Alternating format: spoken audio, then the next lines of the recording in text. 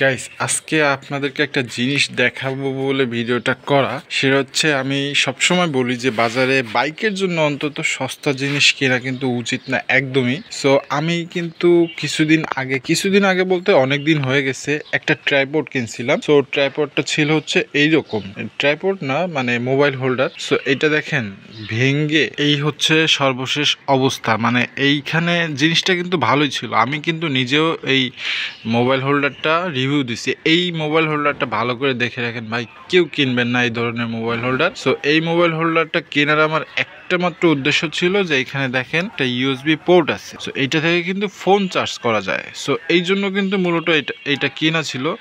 But এখানে যে moving পার্টটা আছে, গোল মতো একটা বল ছিল প্লাস্টিকের। সো এই প্লাস্টিকটা মূলত হচ্ছে চিপ কোয়ালিটির, যার কারণে কিছুদিন পরে এটা নষ্ট হয়। মানে ফাটল দেখার পরে আমি সুপারগুলো লাগাই, কিন্তু তাতেও কাজ হয় না। মোটামুটি 1 বছরের মতো কিন্তু হয়ে গেছে বয়স, তারপরে যে নষ্ট হয়েছে। সো এমনও আপনার মোবাইল হোল্ডার আছে যেগুলো কিন্তু অনেক লং টাইম চলে, ভালো থাকে, কিছুই হয় না।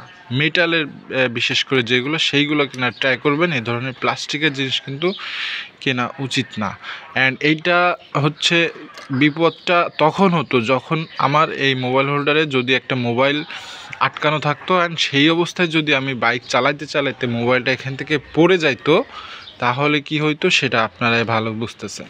সো এই ধরনের চিপ কোয়ালিটির কেনা পার্সপাতি কেনা বন্ধ রাখবেন। বিশেষ করে এই জিনিসটা, এই সেম ধরনের জিনিস আপনি কখনোই কিনবেন না। এটা কিন্তু খুবই বাজে একটা জিনিস।